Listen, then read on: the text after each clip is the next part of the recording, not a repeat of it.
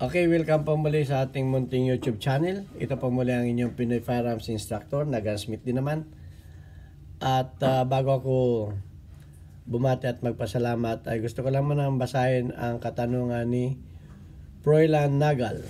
Ang sabi niya, 10mm, gamitan mo ng 40 caliber, ano ang maaring mangyari sa breech face ng barrel? Salamat po.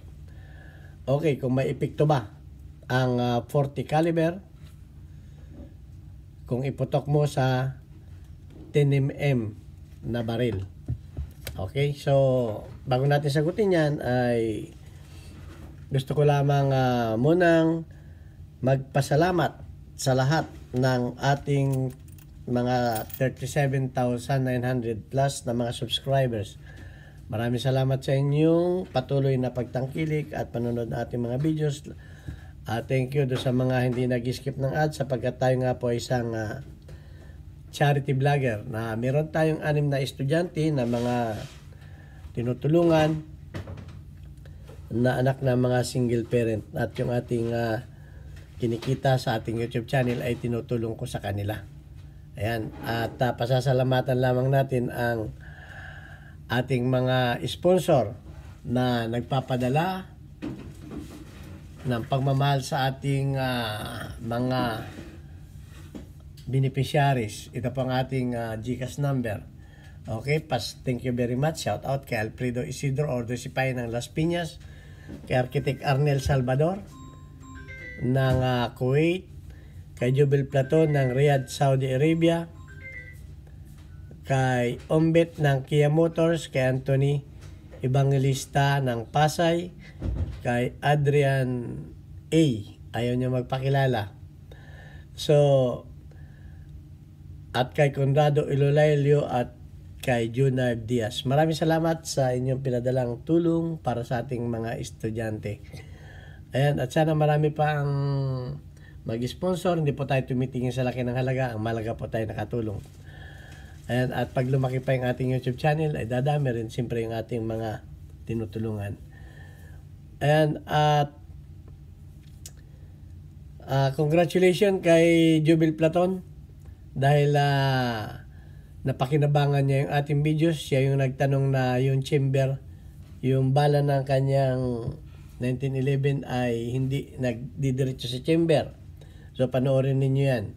At napatunayan natin na yung ating turo ay napakinabangan. Kaya't nagpapasalamat si Boy Omay, si Jubel Platon. Awang ko lamang dito kay Sergio Conya na pinauwi na tayo dahil mali-mali daw yung ating tinutulong at tinuturo. Okay, wag natin pansinin yung mga baser na ingit lamang sa atin yan. Okay, patuloy lang tayo sa ating YouTube channel at hanggat may tumatangkilik at may natututo sa ating YouTube channel ay tayo patuloy na magtuturo. Magtanong lang kayo at ating sasagutin yan. Huwag po ninyo ako hanapin sa Pilipinas dahil ako'y 20 years na nagtatrabaho dito sa Kuwait. Hindi po ninyo ako makikita sa Pilipinas. May nagtatanong, gusto magpagawa, gustong magpaturo. Sa YouTube channel lamang po tayo magkakaintindihan. At hindi rin po sa Messenger. Hindi po ako sumasagot sa Messenger dahil kung sa Messenger ay sa dami ninyo, personal yan sa YouTube tayo magkakaunawaan. Okay, thank you very much sa inyo. Ayan, sa katanungan na ano daw ba ang mangyayari sa 10mm na baril kung ginamitan mo ng 40 caliber, anong mangyayari sa breech face ng baril? Ayan, unang-una bigyan ko lang kayo ng kaunting trivia sa 10mm. Ang 10mm ay dinivelop ng FBI na kung hindi ako nagkakamali ay si Colonel Jeff Cooper noong year early 80s. Yan, kaya ako'y nag-umpisa mag-shooting noong 90s, sumikat yan sa mga shooter. So, ayan. At ito namang 40 caliber ay na-develop naman ng Smith & Wesson nitong early 80s. So, mga 10 taon ng kanilang pagitan. So, bakit may 10mm at may 40 caliber? Walang pinag-iba po yan sa revolver na 38 special at 357 Magnum. Pareho po ang laki ng bala niyan. Mahaba lamang ng kaunti ang Magnum 357. Kaya kasi sinabing Magnum, mas mahaba. Ibig sabihin, pinalakas. At mapapansin niyo na mas mataas yung kanyang casing dahil mas marami itong powder. So, ayan. So, ito yung mahinang version, ito yung malakas na version. Ang ibig sabihin, itong may video na rin ako nito, konting pagbabalik tanaw lang. Itong 38, pwede mong ibala sa revolver na 357. Dahil kaya niya, kaya nung baril, yung lakas ng 38, kumbaga underpower ito ng 357. Kaya dahil magkapareho lamang naman ang kanilang heads. Pareho lang yan. Nagka-problema lang, mas mahina lang ito. Pero ang 357 ay hindi pwedeng iputok sa 357 sa 38 dahil ang kumbaga ang construction ng 38 ay mas mahina at saka pwedeng lumabas itong bala dahil medyo medyo maiksi yung bola ng 38 at kung kumasya man posibleng masira yung baril dahil nga mas malakas ito, mas malakas ang powder nito. Kaya hindi po pwede. So, ang pwede lang ibala ay yung 38 sa 357. Okay, punta naman tayo sa sa 40 caliber. Wala tayong bala ng wala tayong bala ng wala na ako ng bala ng 10mm. Pero ang 10mm ay walang pinag-iba sa 40. Mas mahaba lamang yung 10mm at mas malakas. Okay, ang velocity ng 10mm ay, kung hindi ako nagkakamali, ay 1,300. Ang velocity, ang bilis, feet per second. Samantalang ang 40 ay nasa mga 1,100 lang, 1,000 ganyan. So, mas mahina ito. So, bakit ginawa? Bakit mas ginawa nilang pinaano? Kasi nga, yung iba na masyadong nalalakasan naman sa nalalakasan sa 10mm, malakas ang stopping power, malakas ang recoil, malakas din ang bala. So, yung iba nalalakasan. So, kumbaga ni-reduce nila, kaya naggumawa sila ng mas maliit na bala na mas less recoil. At ang isa pa ay mas mura ang bala ng 40 caliber. So ang tanong, ito ba pag ipinutok mo sa 10mm itong 40 caliber ay ano daw ang mangyayari sa face breach ng barrel? Ibig sabihin yung loob ng barrel, anong mangyayari? Ang sagot ko po, ito pa yung opinion ko. Ang sagot ko ay wala. Dahil mas mahina ito. Samantalang ang nagkaiba lamang naman dito ay yung lakas. So mas mahina. So wala.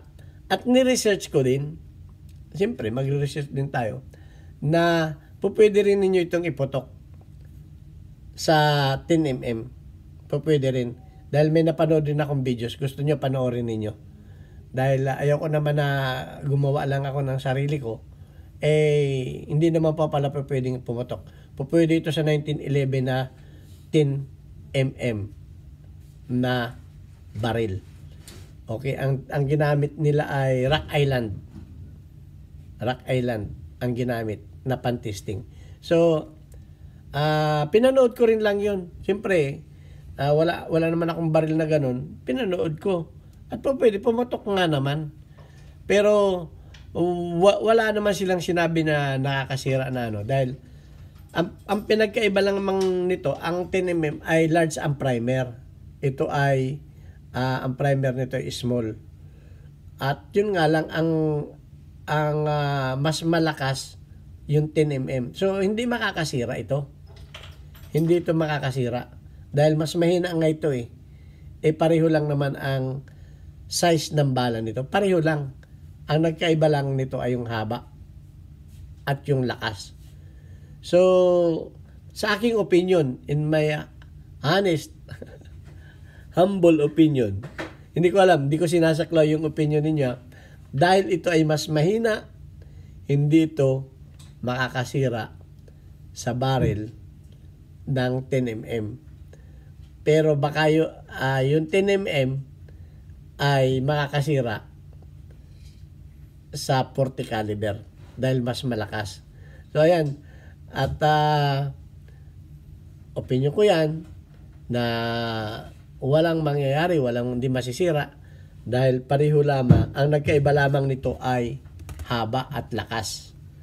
So ayun, sumagot lang ako sa katanungan ni sinong nagtanong? Ang nagtanong ay si kalimutan ko na yung nagtanong. Okay, basta yung nagtanong. Okay, at gusto ko lamang munang i-highlights at i-shout out yung mga weekly highlights of your most engaged audience members, including your top comment. Ito yung ating mga members na kumbaga mataas ang engagement sa ating YouTube channel. Nanguna si Mechanic Girl, si Chinchin Gutierrez. Okay. Ayan ang aking adopted daughter dito sa ating YouTube channel. Idol ko na yan. Dahil mekaniko rin ako eh. Ayan. At si Unico Iho. Okay, ang engagement nila ay parehong 100 plus. Si Unico Iho ay 100 plus din. At si Alfredo Isidro ay 100 plus din ang engagement. Ayan. Si Puchpido, 30 ang engagement. So ayan, sana makipag ano rin kayo ng engagement dito sa ating mga ka-member. Dahil ito ay pinapublish ito ng ng YouTube. Pinapublish ng YouTube yan, si Mechanic Girl. Ayan, pinapublish ng YouTube yan, si Alfredo Isidro. Ayan, si Unico Iho, nakapublish yan dyan. So yan lang ang ating isa-shout out, yung ating mga masusugid na ating mga subscribers. Ayan, thank you very much sa inyo. Inulit ko, opinion ko yan. Hindi ko alam ang opinion ninyo. At bilang may experience din sa baril, ang mahinang caliber na bala ay hindi makakasira kumpara doon sa mas malakas na baril na ginamitan mo ng mahinang bala. Yun lang ang opinion ko. Okay, thank you very much. God bless us all.